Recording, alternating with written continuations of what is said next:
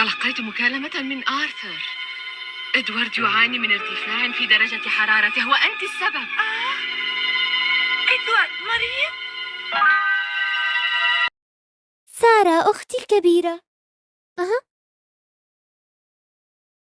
شكرا لك، أنا بخير الآن، أشعر بتحسن كبير.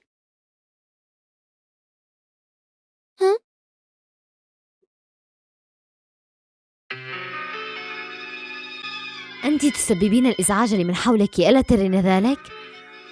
تلقيت مكالمة من آرثر. إدوارد يعاني من ارتفاع في درجة حرارته وأنت السبب. إدوارد مريض؟